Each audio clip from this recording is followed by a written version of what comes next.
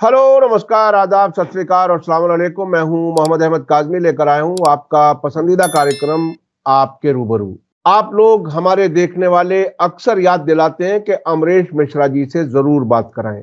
अमरीश मिश्रा जी के वीडियोस दबाए जाते हैं, उनके चैनल बंद किए जाते हैं। अब उनका channel Amrish Mishra speaks two वो है, जिसका हम आपके सामने इसी वीडियो के साथ डिस्क्रिप्शन में हम आपको लिंक दे रहे हैं। उस पर आप उनको जाकर के देख सकते हैं। वो मुसलसल वीडियोस डाल रहे हैं, बहुत ही काम की वीडियो है। उसमें खबर भी होती है और एनालिसिस भी होती है। आज अमरीश मिश्रा जी से जो हमें बात करनी है वो ये कि क्या सीरिया में बशर अल असद की सरकार गिरने के बाद रेजिस्टेंस वाकई कमजोर हो गया? क्या इजरायली लोग चैन की नींद सो सकते हैं? खबर तो यह है कि हर आधी रात को यमन से हुती अंसारुल्लाह हाइपरसोनिक मिसाइल मारते हैं और एक 5 मिलियन की जो पॉपुलेशन है उसे शेल्टरों में जाना पड़ता है। वो एक ऐसी भी खबर आई कि सोना मना है। इस किस्म का पैगाम एक तरह से यमन के लोग दे रहे हैं इजरायलियों को। तो क्या इजराइल की जान बचा पाएगा अमेरिका और उसके साथी? क्या रेजिस्टेंस जो जिस लेवल तक पहुंच चुका है, क्या वो फिलिस्तीन की आजादी का जो नारा है उसे वो भूल जाएंगे?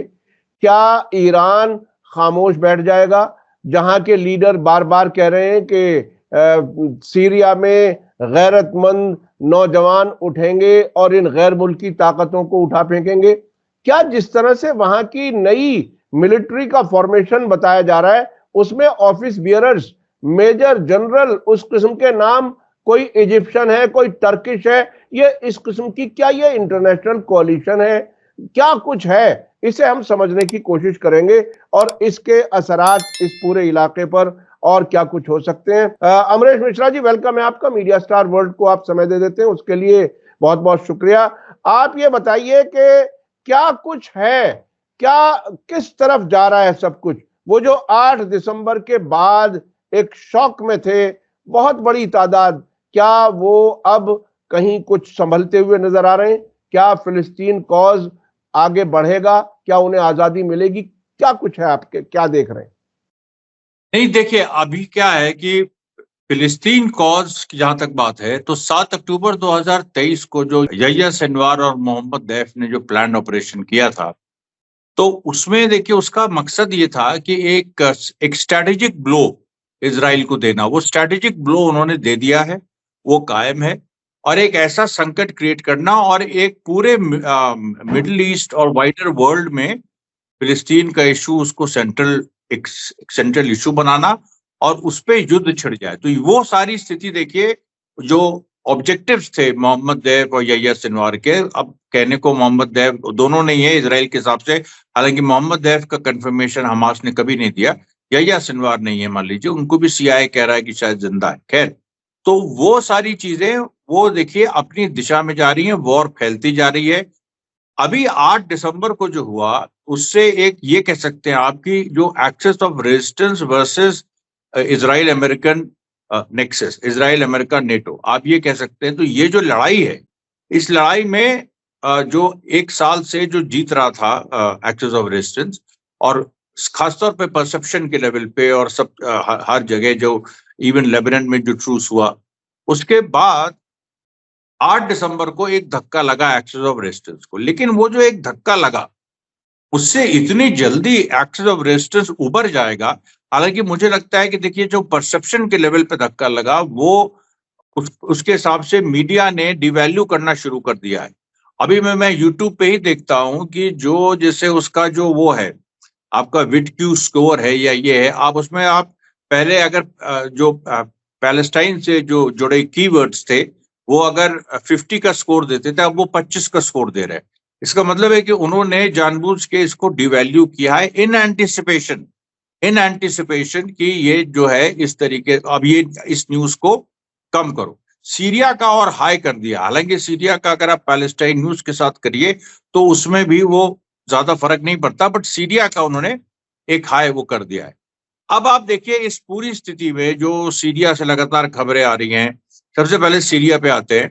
और उसमें जो उनके जो डिफरेंट मिनिस्टर्स हैं वो टूर कर रहे हैं, सऊदी अरेबिया का टूर हुआ, अपॉइंटमेंट्स नए नए हो रहे हैं। अब इसमें देखिए जो सबसे बड़ी बात जो आपने भी इशारा किया कि जो नई सेना सीरियन आर्मी बन रही है वो बेसिकली एक इंटरनेशनल फोर्स है, और उसमें जो है उसमें हर तरीके से मतलब यूगियर भी है, उसमें ताजिक भी हैं, उसमें उज़्बेकी भी हैं, उसमें टर्की भी है। मतलब सीरियन नेशन की बात तो अब किसी भी तरीके से ये जो मोहम्मद अल शरा है ये, या वो जुलानी जो इसका नाम है, कोई भी हो, देखिए बहुत सारे लोग जिनकी मैं इज्जत करता हूं वो सीरिया की इस रिजीम को सपोर्ट करते हैं, जैसे जैसे जफरुल इस्लाम खान साहब या कई लोग, उनसे भी मैं ये बहस करना चाहता हूं, जबकि वो लोग फिलिस्तीन के साथ हैं, सब कुछ है और उनके क्रेडेंशियल्स पे कोई डाउट नहीं है, लेकिन कहीं ना कहीं एक ओरिएंटेशन में समस्या है। जफरुल इस्लाम खान साहब से भी मैं ये बहस करना चाहता हूं कि सीरिया में अगर ये सीरियन ये एक अगर एक इस तरह का जो एक आइसिस टाइप अगर चीजें होनी है, जो एचटीएस आइसिस बनता जा रहा है, यानी जो कैलिफेट की बात की थी वो जो आइसिस ने कि वो देशों को नहीं मानता, क्या एक कैलिफेट बनाएगा, वो कैलिफेट जो है वो यही था कि कई तरह के इंटरनेशनल, हर कोई जहां पर भी कोई मुस्लिम है वो उसमें रहेगा, हम देशों को नहीं मानते, इसीलिए वो फिलिस्तीन को नहीं मानते, फिलिस्तीन की आजादी की लड़ाई को नहीं मानते। तो एचटीएस भी तो वही बनता जा रहा है। एचटीएस इस समय कौन सा सीरियन फोर्स है, उसके पास है ही नहीं, वो उसके सेना में सीरियन है ही नहीं, वो भी तो एक आइसिस बनता जा रहा है। और आइसिस वो ऊपर से उसकी जो भाषा है, बोलचाल है, भले आइसिस की ना हो, लेकिन कार्रवाइयां सब आइसिस की हैं। अभी अलावाइट्स को जिस तरीके से मारा गया, अभी शियास को जिस तरह से मारा गया, अभी सुन्नी ट्राइब्स को जिस तरीके से मारा गया, ये सारी चीजें मैं देखिए एक रिसर्च कर रहा हूं, उस पर वीडियो बनाऊंगा कि जो सुन्नी जो ट्राइब जो वहां पर सीरिया में जो ट्राइबल एफिलिएशंस है वो किस तरीके से अमेरिका ने मैनिपुलेट किए 8 दिसंबर के पहले, और उसमें ईरान और जो ये जो घटना हुई है, जो क्यों ईरान और रशिया असद के साथ नहीं खड़े हो पाए, उसके पीछे कुछ और कॉम्प्लेक्स रीजन है, और वो कॉम्प्लेक्स रीजन कुछ घटनाओं में है जो 28, 29, 30 को घटी है। अभी उस पर रिसर्च कंप्लीट नहीं है, क्योंकि उसमें सीरिया के ट्राइबल स्ट्रक्चर में आपको जाना पड़ेगा, कौन किस तरह का है, कौन सी ट्राइब किसके साथ थी, उसके इक्वेशन कैसे बदले, और इस दौरान 8 दिसंबर के पहले। तो सबसे लेकिन इंपॉर्टेंट बात यह है कि ये जो सीरिया की सरकार है ये एक आइसिस की सरकार बनती जा रही है। अच्छा, दूसरा उसका प्रमाण ये मिल रहा है हमको कि अमेरिका में 2 घटनाएं घटी न्यू ईयर्स पे। एक घटना ये घटी कि लास वेगस में जो एलॉन मस्क की जो टेस्ला साइबर ट्रक है, लास वेगस में ट्रम्प के होटल के सामने उसका ब्लास्ट हो गया। उसका जो आदमी जो अक्यूज्ड है, लिवर्सबर्ग नाम का आदमी है, जो कि ऑब्वियसली वो मुस्लिम नहीं है। लेकिन जो दूसरी घटना हुई न्यू ऑर्लियंस में, जिसमें 15 लोग मारे गए और 15 आम लोग मारे गए और कई घायल हुए, उसका जो है जो परपेट्रेटर उसको बताया गया शमसुद्दीन जब्बार।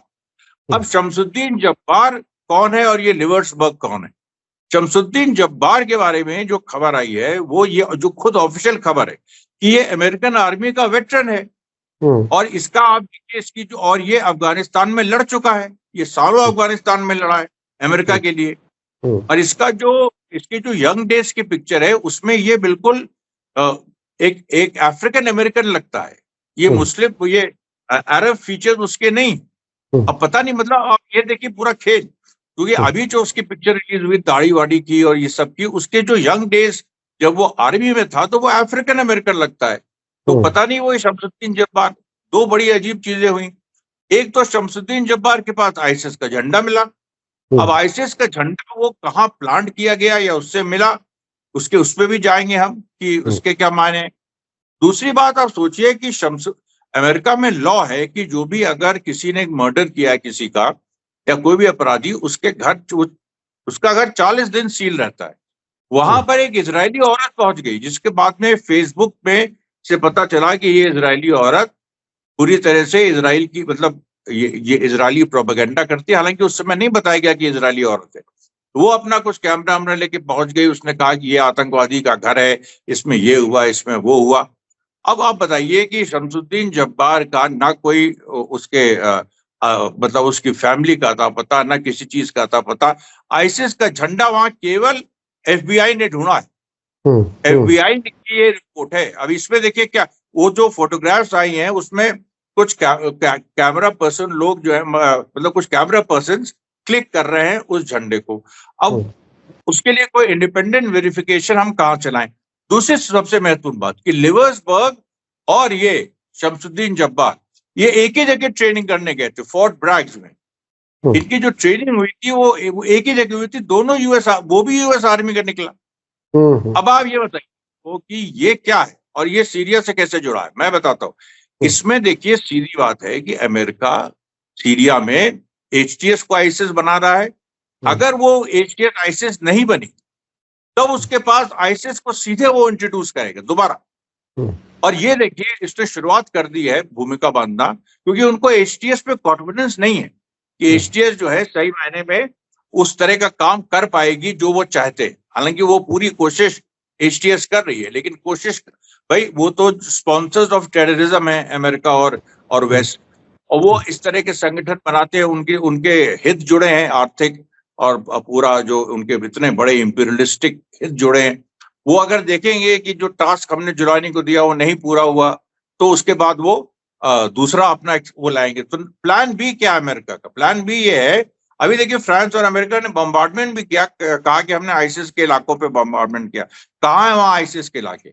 असली चीज है कि जो 10,000 आईसिस के प्रिजनर्स जो हैं कर्डिश एरियाज, 10,000 प्रिजनर्स आर देयर, और वो 10,000 लोग वो एक अमेरिका की रिजर्व फोर्स है। वो कर्डिश इलाकों में है, और कुर्दों पे पूरा अधिकार अमेरिका का है।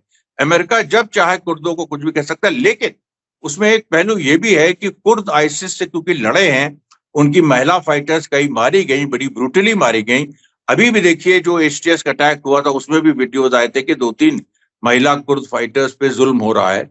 ये सारी चीजें जो हैं वो एक मतलब कुर्द इसको कितना अलाउ करेंगे, लेकिन कुर्द बुरी तरह से पेनिट्रेटेड है, इन्फिल्ट्रेटेड है। उनका एक एक पैसा अमेरिका से आता है, सारी चीजें अमेरिका से आती है, और टर्की से उनके अंतर्विरोध है। टर्की भी इस समय अमेरिका के साथ है, टर्की इन्वेड भी कर सकता है सीरिया को एक, क्योंकि और अभी जो एक दूसरी मिलिशिया एसएनए है, क्योंकि एचटीएस और एसएनए दो बड़ी मिलिशियाज ने अटैक किए थे।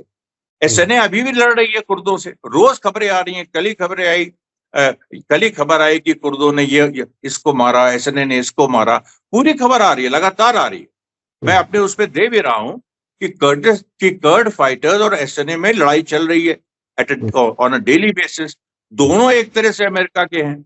अब अमेरिका का देखिए, लेकिन जो हिडन एजेंडा है, और ब्रांच भी जो मैं कह रहा हूं, वो 10,000 आईसिस फाइटर्स हैं, उनको वो लिबरेट कराएगा। उनको या वो किसी जेल ब्रेक के नाम पे या किसी चीज के नाम पे उनको वहां से वो छोड़ के सही टाइम पे उनको वो सीरिया पे काबिज होने देगा, क्योंकि देखिए सीरिया को वो हाथ से नहीं जाने देगा। इतने समय के बाद और 10-15 साल बाद अमेरिकन पॉलिसीज फेल हो गई सीरियन सिविल वॉर में, जो कि पूरी तरह से अमेरिका द्वारा वो था। अब आप कहते रहिए कि असाद ने ये किया, असाद ने वो किया, उसका कोई मतलब नहीं। मैं तो साफ कह रहा हूँ, और जो अपने हमारे कुछ मित्र हैं उनसे भी मैं कह रहा हूँ कि उसका कोई मतलब नहीं है।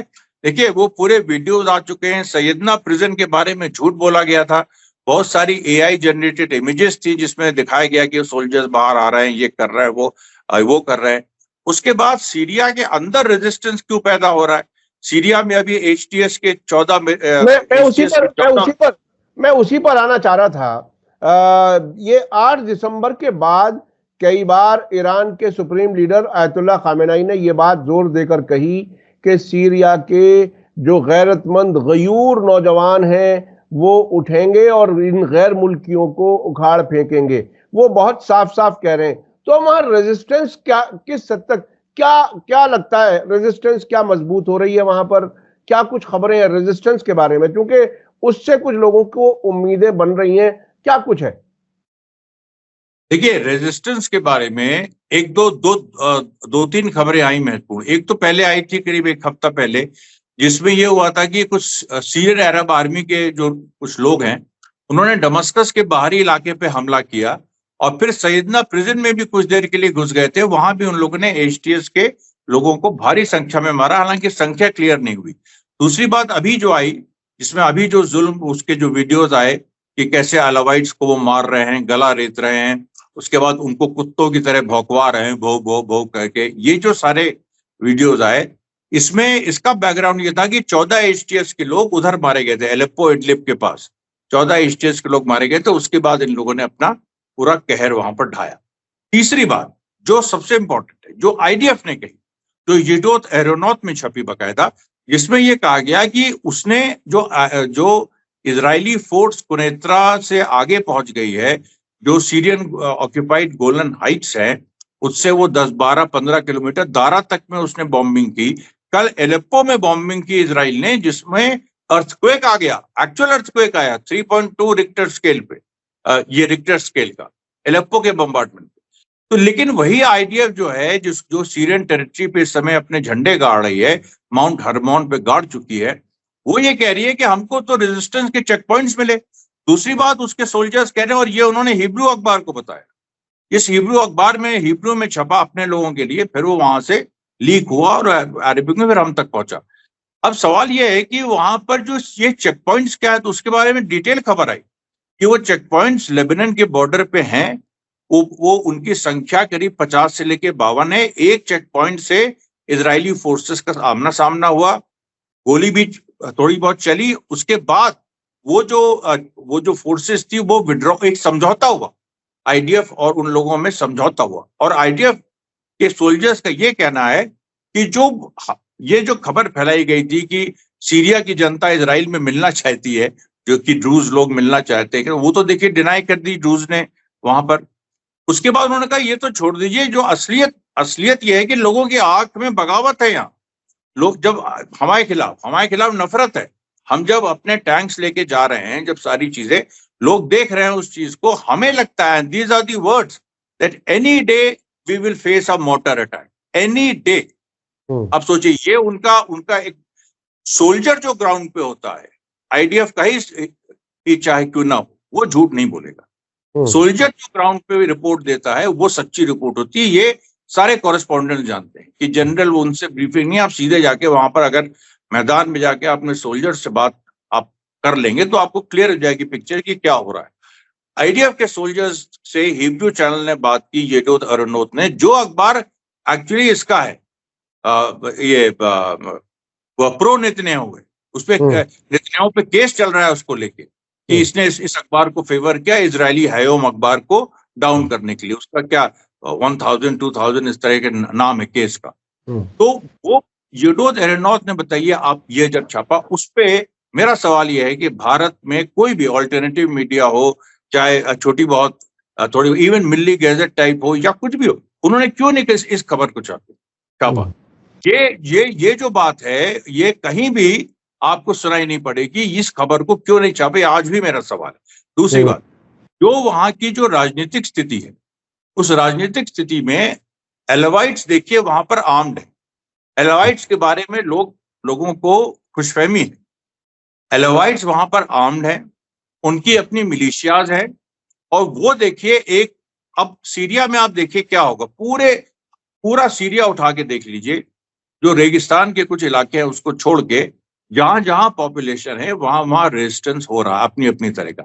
ऑर्गेनाइज रेजिस्टेंस शुरू हो गया है, वो आईडीएफ ने कंफर्म किया। तो मैं ये नहीं कह रहा हूं कि अभी पूरा एक ही रेजिस्टेंस है, रेजिस्टेंस लेकिन अलग अलग लेवल पे, अलग अलग सेक्शंस द्वारा एक तो डेवलप हो रहा है। और ये जो ऑर्गेनाइज रेजिस्टेंस है, ये मुझे लगता है कि कुछ सीरियन अरब आर्मी के लोग जो पुराने, और उसके साथ जो उनके बहुत सारे और जो इधर रिक्रूट किए, उसमें 80% सुन्नी, जो ये 52 चेक पॉइंट्स बने, ये भी आईडीएफ के लोगों ने कहा कि दे डू नॉट, इन्होंने ये नहीं कहा सुन्नी, उन्होंने कहा कि ये they do not look like Alawites. ये कौन है? ये क्या मतलब लेबनान से आए हुए लोग हैं? ये मतलब दे हैव अरब फीचर्स। तो अरब फीचर्स का मतलब क्या है? वहां 70% जो पॉपुलेशन है सीरिया की वो सुन्नी है। तो अरब फीचर्स का मतलब क्या हुआ? ऐसा तो है नहीं कि वो 10% शिया सबके सब वहां पर अब चेक पॉइंट्स बनाने लग रहे हैं, या अलावाइट्स का अपना इलाका है, उनकी अपनी मिलिशियाज भी हैं, वो कह रहे हैं हम लड़ लेंगे एचटीएस से। ये भी अलावाइट्स की अच्छा मिश्रा जी एक चीज जो ये सामने आई है कि कई मुल्कों के लोग हैं जो फौज में अफसरों के तौर पर या शायद फौजी भी दूसरे मुल्कों के हों, क्योंकि हमें इदलिब को नहीं भूलना चाहिए। इदलिब में जो दहशतगर्द थे जो रखे गए थे सब जगह से इकट्ठे करके, वो जो ग्रीन बसेस में रूस के मीडिएशन से वहां इकट्ठे किए गए थे और वो कई साल तक वहां रहे, उसमें बशार अल असद की सरकार बार बार कहती थी कि दर्जनों मुल्कों की नेशनलिटीज हैं जो ये टेररिस्ट वहां पर हैं और उन्हें वापस उनके मुल्क कबूल नहीं कर रहे, क्योंकि जहां भी जाएंगे, इंग्लैंड जाएंगे, फ्रांस जाएंगे, कहीं भी जाएंगे, ये टेररिस्ट हैं, उन मुल्कों में तबाही फैलाएंगे। तो ये एक अजीब बीच की जो हालत थी। तो अब जो ये हमला हुआ जिसमें दमिश्क तक पहुंचे अलेप्पो से शुरू होकर के, तो वो जो सारा जो टेररिस्ट दुनिया भर के इकट्ठे हुए थे, जिन्होंने एक जमाने में 2011 से 15-16 तक इराक और सीरिया के बहुत बड़े इलाकों पर कब्जा कर रखा था, जाहिर है वही लोग तो थे और वही लोग अब इस लड़ाई में आए हैं। तो अब वो जो दूसरे मुल्कों के फौजी, दूसरे मुल्कों के फौज में जिम्मेदार, दूसरे मुल्कों के शायद हुकूमतों में भी बड़े ओहदों पर, उसके खिलाफ नेशनलिज्म तो उभर के आएगी। आपको क्या लगता है? नहीं, वो तो नेचुरल है, और खमैनी साहब ने अपने भाषण में नेशनलिज्म को तो जिक्र नहीं किया, लेकिन ये उनका जो इंसिस्टेंस है कि सीरिया से ही विरोध शुरू होगा, वो ये कहना चाह रहे हैं कि हिजबुल्लाह या ईरान की फोर्सेस वहां पर जाके कोई सत्ता दखल नहीं करेंगी। वहीं के लोग जो हैं, जैसे पैलेस्टाइन में हो रहा है कि हमास ने, देखिए 7 अक्टूबर 2023 हमास ने जो किया, ये जग जाहिर है, हमास ने भी कहा और हिजबुल्लाह ने माना।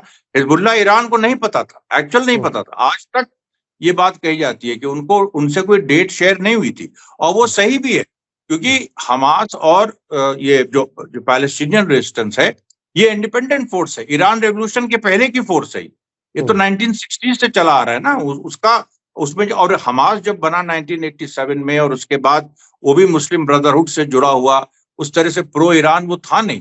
तो वो जो पूरी सिचुएशन है, लेकिन एक रेवोल्यूशनरी अंडरस्टैंडिंग बनी। किस तरीके से चाइना के रेवोल्यूशन में रशिया ने मदद की, सीधे अपनी फौज नहीं भेजी उनको, लेकिन मंचूरिया में सेकेंड वर्ल्ड वॉर के खत्म होने के बाद हथियार छोड़ दिए बहुत सारे, और वो जो कि माओ से तुंग की आर्मी ने कैप्चर किए। तो वो सारी चीजें जो हैं, ये ईरान इस तरह से मदद कर रहा है बाहरी तौर पर। और सीरिया के बारे में भी उन्होंने कहा है कि सीरिया के यूथ उठेंगे। सीरिया के यूथ उठने का मतलब है कि राष्ट्रवादी उठेंगे, जो लोग सीरिया के जो सीरिया के लोग हैं, जो ओरिजिनल लोग हैं, वो उठेंगे। कौन टॉलरेट करेगा कि किसी भी देश में, भारत हो, पाकिस्तान हो, कोई, कि वहां पर कोई इंटरनेशनल आर्मी बन जाए? तो आपकी सीरियन आर्मी का क्या हुआ? तो नेचुरल है कि वो सीरियन अरब आर्मी की तरफ लोग जाएंगे, रेजिस्टेंस का जो भी नाम हो। देखिए अभी कुछ दिनों में अनाउंस होगा, और ये पूरी एक स्थिति है कि अब लेकिन आप देखिए, नेटो और अमेरिका के पूरा इन्वेस्टमेंट है कि वहां पर इंटरनेशनल फोर्स बने। वो नहीं चाहते हैं कि लोग जो खासतौर पे यूरोपियन देशों के मुस्लिम वहां गए लड़ने, वो वापस लौटे। दूसरी बात, अब ये आप देखिए कि अमेरिका के, वही मैं आप कह रहा हूं, इडलिब उनका प्लान ए था, और जो 10,000 आईसिस के लोग हैं कुर्दिस्तान में, या जो जिस एरिया को रजोवा कहा जाता है, जो कि ऑटोनोमस प्रोविंस एक है, ऑटोनोमस प्रोविंस के नाम से वो बाकायदा एग्जिस्ट करती है, वहां की सरकार चलती है, कुर्द चलाते हैं अमेरिकन एक सपोर्ट से। वहां पर 10,000 जो आईसिस के लोग हैं, वो उनका क्या होगा? अभी आप ये कह रहे हो कि इडलिब के लोग तो चलिए दमस्कस पहुंच गए और उनको वो सेना उनकी बन गई ऑफिशियल, जो 10,000 आईसिस के लोग हैं उनका क्या होगा? तो ये मैं देखिए बहुत बड़ी समस्या ये है, और ये दिखाता है कि सीरिया का जो तथाकथित जो वहां हुआ है, वो क्रांति कतई नहीं है, असद के खिलाफ तो बिल्कुल ही नहीं, वो पूरी तरीके से फिलिस्तीन के खिलाफ जो भी हुआ है, वो फिलिस्तीन के खिलाफ हुआ है, फिलिस्तीन के आंदोलन को दबाने के लिए, क्योंकि किसी भी कीमत पे अब फिलिस्तीन को आजाद, अमेरिका और इजराइल किसी भी कीमत पे, अब आजादी तो छोड़िए, 2 स्टेट सोल्यूशन वो नहीं चाहते। अभी अगर फिलिस्तीन बन गया तो पूरी दुनिया में क्रांतिकारी ये जो ताकतों को मजबूती मिलेगी, अमेरिका के अंदर मिलेगी। अमेरिका में क्या हुआ है, अभी ल्यूजी मैंजियानो नाम का आदमी, लड़का, यंग लड़का, जिसने अभी कुछ करीब 10-15 दिन पहले यूनाइटेड हेल्थ केयर के चीफ को मार दिया। वो कोई वैसी शूटिंग नहीं थी कि आपने इनोसेंट्स को मारा। यूनाइटेड हेल्थ केयर अमेरिका की सबसे बड़ी इंश्योरेंस कंपनी है, जो कि जिसका रिफ्यूजल रेट 32% है। American hate them. और अभी देखिए ल्यूजी मैंजियानो का जहां जिक्र होता है वहां तालियां बजने लगती हैं। अमेरिकन पब्लिक 100% उसके साथ है। उसने सरेआम गोली मारी, एडमिट किया, वो जेल में है, उसके ऊपर ट्रायल चलेगा, डेथ पेनल्टी उसके ऊपर नेचुरल है कि आएगी, क्योंकि अमेरिका इसको एक वे एग्जाम्पल बनाना चाहता है कि एक बड़े कॉर्पोरेट को तुम नहीं मार सकते हो। और ल्यूजी मैंजियानो ने मारा, वो खुद आईवी लीग स्टूडेंट है, वो खुद बहुत ब्राइट स्टूडेंट है आईवी लीग का। अब आप बताइए, ये जो पूरी परिस्थिति है ये वो फिलिस्तीन से प्रभावित है, क्योंकि वो उसकी बातचीत में ये पूरा झलकता है। उसने जिस तरीके का एक्शन लिया और जो बुलेट के केसेस थे उस पर डिनाई, रिफ्यूज और इस तरह के जो उसने शब्द लिखे हैं, वो पैलेस्टीनियन मूवमेंट जो अमेरिका में चल रहा है उसके शब्द हैं। या वो हेल्थ केयर भी इस तरह से जो यूज करता था कुछ कि हम डिनाई करते हैं, ये करते हैं, उसको उस पर उसने तंज किया था। बहुत सारे उसमें देखिए फैक्टर्स ऐसे हैं जो ये दिखा रहे हैं कि क्रांतिकारी शक्तियां जो हैं सीरिया में, वो देखिए अमेरिका में उनको भी बल मिलेगा, पूरी दुनिया में मिलेगा, अमेरिका की हेजुमनी चैलेंज हो जाएगी। जाहिर है ये जो दुनिया भर में इजराइल के खिलाफ और फिलिस्तीन के हक में जो प्रोटेस्ट हो रहे थे, खासतौर पर पूरे यूरोप में, अमेरिका में, उसका असर तो कहीं ना कहीं वहां के सोशल फैब्रिक में, सिस्टम में नजर आएगा। और वो जो नफरत की बात जो नजर आई, जो 2 ट्रक वाले जो हमले हुए, उससे भी कुछ अंदाजा हो रहा है। अच्छा, मैंने अभी एक डॉक्यूमेंट्री बनी है, मैं आपको भी शेयर करूंगा, कासिम सुलेमानी और हिजबुल्लाह के कैसे रिश्ते थे। तो उसमें कई प्रोमिनेंट लोगों ने इंटरव्यूज की शक्ल में बहुत सी बातें बताई हैं। उसमें मैं एक बहुत ही इंपॉर्टेंट हिस्सा जो मुझे समझ में आया, वो ये कि वहां के लोगों ने ये कहा कि कासिम सुलेमानी कभी अपनी राय नहीं थोपते थे, बल्कि उनको एक इंडिपेंडेंट स्पेस दिए रखते थे, जो लोकल रेजिस्टेंस बॉडी जो भी ऑर्गेनाइजेशन हो, और उसको ये कहते थे कि हम आपकी क्या मदद कर सकते हैं, हम आपके लिए मदद करने के लिए तैयार हैं।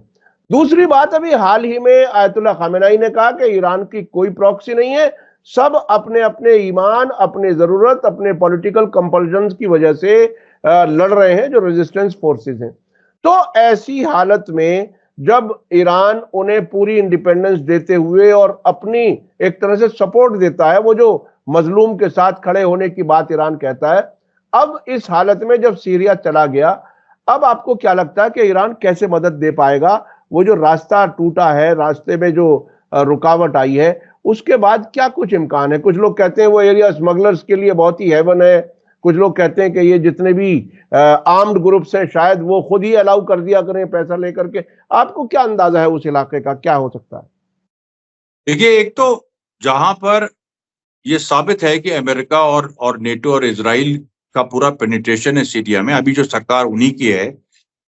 ईरान का भी अपना एक नेटवर्क है, और देखिए ये बात सामने आई है जब इस बार पहली बार अभी कम से कम 30 से लेके 50 यहूदी वो पकड़े गए हैं इजराइल में ईरान के लिए स्पाइंग करते हुए। आप सोचिए आप, और वो ऐसे लोग हैं जो उसमें से कुछ तो जिनको ईरानियन एजेंसीज ने ट्रैप किया और उनकी कमजोरियों को इस्तेमाल किया, लेकिन उसमें एक बड़ी संख्या ऐसी है जो ऑर्थोडॉक्स ज्यूज हैं, जो इन प्रिंसिपल या तो ज़ायनिज्म का विरोध करते हैं या इस चीज का विरोध करते हैं कि हमें आर्मी में रिक्रूटमेंट नहीं चाहिए, ऑन रिलीजियस ग्राउंड हमको रिक्रूट नहीं होना चाहिए। और जो इजराइल में एक बहुत बड़ा मुद्दा बना हुआ है, जिसकी वजह से योआश गैलेंट को भी डिसमिस करना पड़ा। मैं आगे बताऊंगा कि इजराइल में अंदरूनी लड़ाई कैसे अब तो नेतन्याहू और अब उसके राइट विंग पार्टनर्स में शुरू हो गई, कभी भी वो सरकार गिर सकती है। वो एक अलग, उसको आप पूछेगा, मैं बाद में बताऊंगा। अभी देखिए जो मेन बात है कि जो वहां पर लड़ाई लड़ी, जो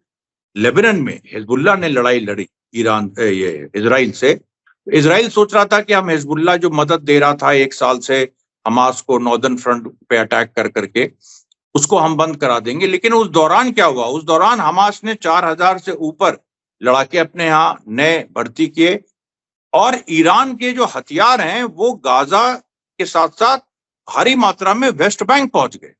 अब उसी दौरान ये 28 नवंबर के पहले, और वो इतने पर्याप्त हथियार हैं कि अभी 2-3 कई महीनों तक वो उसके बल पे ये वेस्ट बैंक में नया इंतिफादा हो रहा है।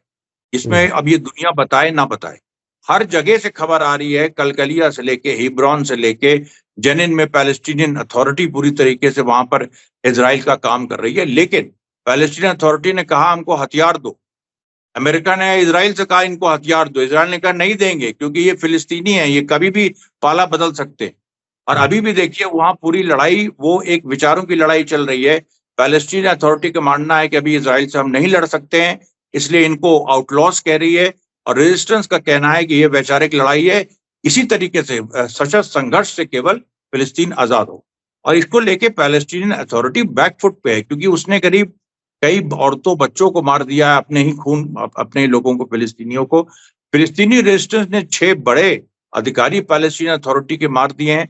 और पैलेस्टीनियन अथॉरिटी, और अभी लेकिन लेटेस्ट जो रेजिस्टेंस का एक स्टैंस आया है, उसने कई जगह से पैलेस्टीनियन अथॉरिटी के लोगों को जो घरों पे जेनिन में कब्जा किए हुए थे उनसे हटाया, उनके हथियार छीने, लेकिन जान से नहीं मारा।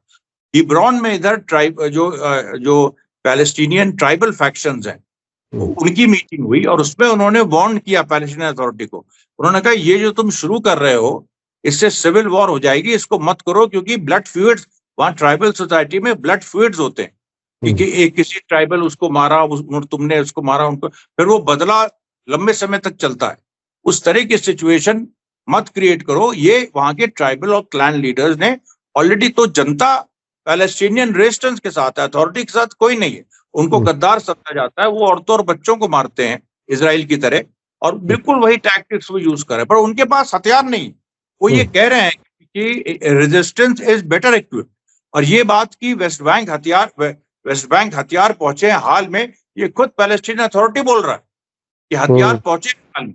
ये बहुत बड़ी खबर है कि ईरान के हथियार इन हालात में भी वेस्ट बैंक पहुंच रहे हैं। ये बहुत ही बड़ी खबर है, क्योंकि ज्योग्राफिकली अगर उसे देखा जाए तो इजरायली सिक्योरिटी पूरे वेस्ट बैंक में, और अब तो वो जो बस्तियां बसी थी उसके अलावा भी बहुत ज्यादा एक्सटेंसिव डिप्लॉयमेंट है।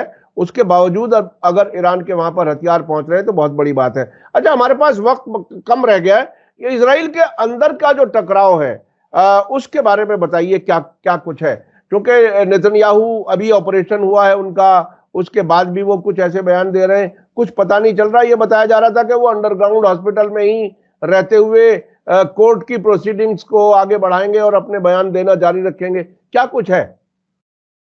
देखिए, सबसे जो मजेदार बात है, मैं क्या कहूँ, यवस गैलन जो है उनको हटाया गया। अब वहां से शुरू करिए, बेनी गैंट्स को पहले हटाया गया, फिर यवस गैलन को हटाया गया जो डिफेंस मिनिस्टर थे, इजराइल कार्ड्स को लाया गया। यवस गैलन को क्यों हटाया गया? क्योंकि वो ये कह रहे थे कि जो अल्ट्रा ऑर्थोडॉक्स जो हारिज्म सेक्ट है, जो ये कहता है कि हम सेना में सर्व नहीं करेंगे, हमारा रिलीजन हमको अलाउ नहीं करता है, वो फोर्स कर रहे थे कि जो सेकुलर इजरायली हैं और ये इनमें फर्क क्यों कर रहे हो।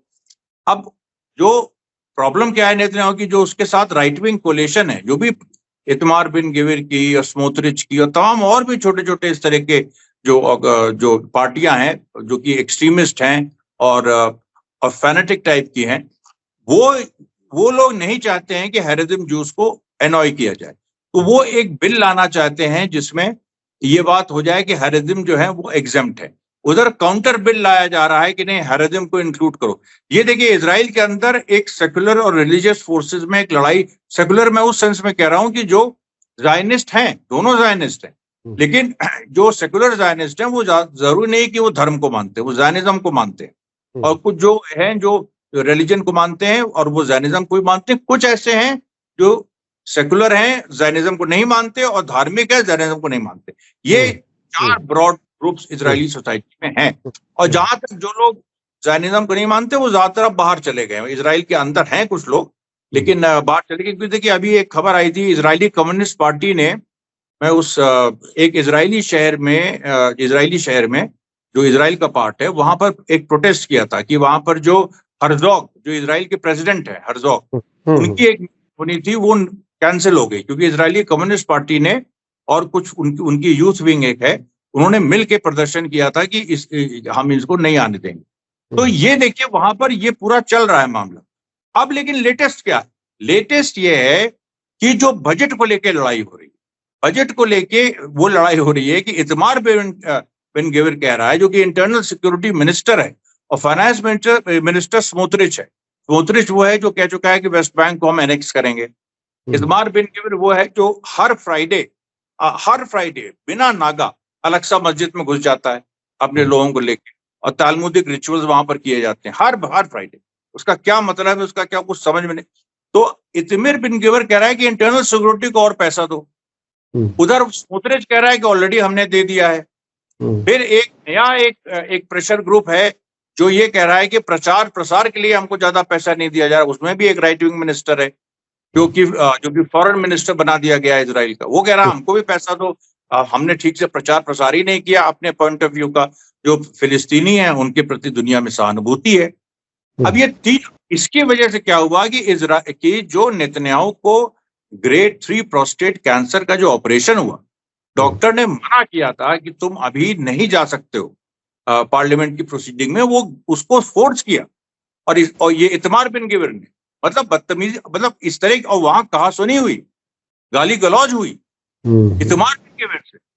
अब अगर राइट विंग से भी वहां पर एक कॉन्फ्लिक्ट हो जाएगा तो बातें खत्म हो जाएगी। अभी वहां देखिए सब कोई नेतन्याहू ने इतमार बिन गिवर के बाद पहली बार एक बयान दिया है उसके खिलाफ, पहली बार बयान दिया है कि ये भी देखिए डिस्टेबलाइज कर रहा है। तो कितने लोग डिस्टेबलाइज करेंगे?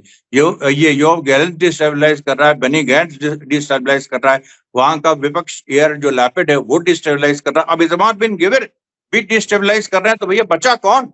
ये तो बताओ। और ये भी देखिए क्राइसिस है इजराइल की, पॉलिटिकल क्राइसिस, इसको अमेरिका भी देख रहा है और उसके लिए विकल्प भी तैयार कर रहा है। तो ये जो सोच रहे हैं कि ट्रंप के आने पे हमको, क्योंकि वो स्मोत्रिच को लग रहा है कि ट्रंप के आने से उसकी लाइन चलेगी, इतमार बिन गिवर को लगा उसकी लाइन चलेगी, नेतन्याहू को लग रहा है उसकी लाइन चलेगी। अभी तक राइट विंग कम से कम एक था, और ये लोग देखिए यूएस गैलेंट उन्होंने मिलकर हटाया, फिर इजराइल कार्ड्स को लाए। लेकिन राइट विंग के अंदर जो ये कॉन्फ्लिक्ट है, और ये पैसे को लेके, सबसे इंटरेस्टिंग बात ये है कि ये बजट को लेके है। असली मुद्दा वही खुल के वो कह रहे हैं कि जो बजट में बहुत सारे बिल्स पास हो रहे हैं, और इसीलिए देखिए एक बिल के गिरने का खतरा था, इसीलिए नेतन्याहू को जबरदस्ती जाना पड़ा। जबकि नेतन्याहू ने ये बात कही थी कि वीडियो कॉन्फ्रेंसिंग से कर ले, लेकिन इतमार बिन गिवर ने कहा कि चाहे मर रहे हो तो वहां आना पड़ेगा। वो गया 1 दिन 2 दिन, और वो एक फोटो आई है जिसमें वो ऐसे बहुत ही बीमार नेतन्याहू बैठा है, एक चिट उसके एड ने लिख के दी हिब्रू में, उसमें लिखा है कि तुम्हारी शर्ट का पीछे जो है ठीक से वो जो है वो ये सलवटें आ रही हैं उसको ठीक कर लो। तो ये तो ऐसे आदमी को कहा जाता है जो थोड़ा मानसिक रूप से परेशान हो, जो ऑब्वियसली इल है, जो कि तबीयत उसकी खराब है, कि उसको इस तरह से अच्छा, बात ये भी कहा जा रहा है कि इसके नेतन्याहू के बीमार होने से, और नेतन्याहू बीमार काफी समय से, तो सारा नेतन्याहू चला रही है सरकार, और लड़ाई असली सारा नेतन्याहू से है, इनकी राइट विंग वालों की। ये क्या है, ये कौन आ गई? जी सिचुएशन है इसमें। बताइए ये इसके क्या दाम, इस पे कोई ध्यान नहीं दे रहा। अमेरिका ध्यान दे रहा है। अमेरिका के पास प्लान बी वही है कि वो जो देखिए नेतन्याहू अगर हटेगा तो ये अमेरिका समझौते की बात करने के लिए मजबूर होगा।